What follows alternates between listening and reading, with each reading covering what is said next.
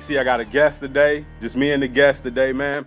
And we got a guy I think y'all really gonna enjoy, and some of y'all might already know. I'm gonna let you introduce yourself. My name is Derrick Braziel. Yeah. That's it? Should I go That's more? that's a very brief introduction for what you do, man. Kind right. of tell people what you do. All right, my name is Derrick Braziel. I'm a Pisces. I'm kidding. I'm a Pisces too, man. There we go. It's almost Pisces season. Yeah. I grew up in Northern Virginia, moved to Cincinnati now almost 10 years ago. I moved here and I saw that Cincinnati is a great city, has some really wonderful things going for it. Tried Skyline, still not on the train yet, but I recognize that the city is really cool. But I saw that in neighborhoods like Over the Rhine, there were some changes that were happening. And in the midst of those changes, people who look like you and I were not being involved to participate in what was happening. So myself and two of my friends, we got together and we thought, what can we do as black men to support people who look like us in this neighborhood, folks that we felt were being displaced. They weren't being involved in decision making. They weren't being invited to participate in the economic revitalization. So we got together and we started an organization named Mortar. And Mortar exists to work in neighborhoods like Over the Rhine that are experiencing gentrification and economic development, and make sure that those indigenous entrepreneurs who more often than not are people of color or minorities, they're being invited to participate, to start and grow businesses and be a part of that economic revitalization in a way that builds community but also builds wealth for themselves, their families, etc. Throughout that time, I've gotten a chance to do some traveling. I love Mexico. Have you been to Mexico? Never been. I got questions about the travel though. I see you get busy. Bro, Mexico is, I'd love to talk to you about Mexico. It's my favorite place in the world.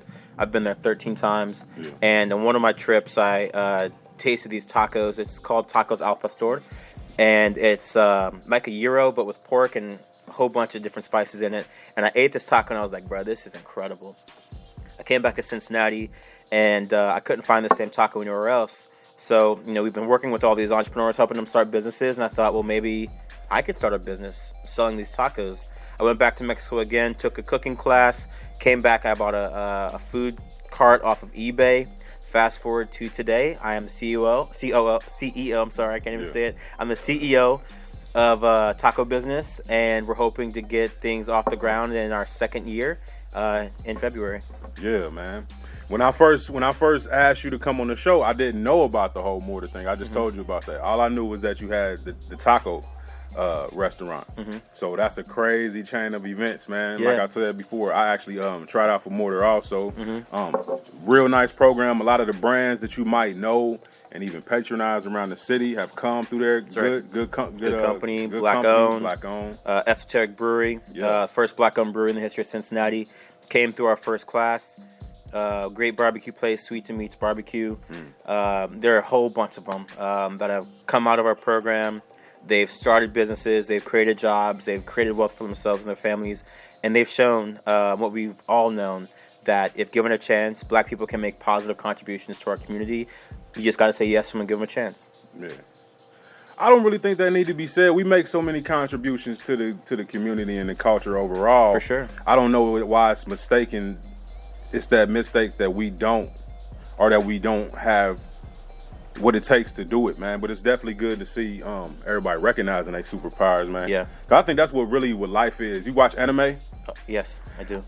Anime is pretty much like all of y'all got the juice. You can all shoot fire. You just want to figure out how to do it at the right speed, pinpoint where you want to shoot it at, how much, how hot. So we all just honing our crafts, man, trying to learn how to do better, man. That's right. I mean, we know that, in my humble opinion, black folks are the reason why Twitter is so hot, because we have black Twitter, and we've created so much vibrancy within that app. You look at so many things and how black folks have contributed to these things being cool and making money and all these types of things, but when it's us proposing the ideas, all of a sudden there's all these excuses for why things happen. There's this Kroger, there used to be a Kroger in my neighborhood in Over the Rhine, and every time I walk past this Kroger, guys would ask me for a ride, right? And why couldn't that idea eventually evolve into Lyft or Uber? It did. It did. Of course it did, but we didn't.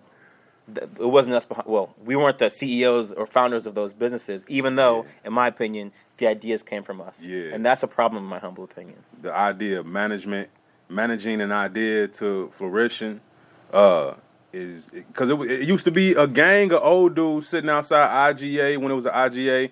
Like, you need a ride home. It was called a bootleg. The bootleg, that's right. But then, the infrastructure come in and structured a certain way, and then tell those same people who started it, your car is too old to participate. Right. That's crazy, man. So, man, you're not as big of a victim as you think you are, though, to life. It's true. You way more able and capable and empowered than you might think that you are. Mm-hmm. So think about your problems long enough, answers come out of them. And that's right. what you did, man. Kind of tell more about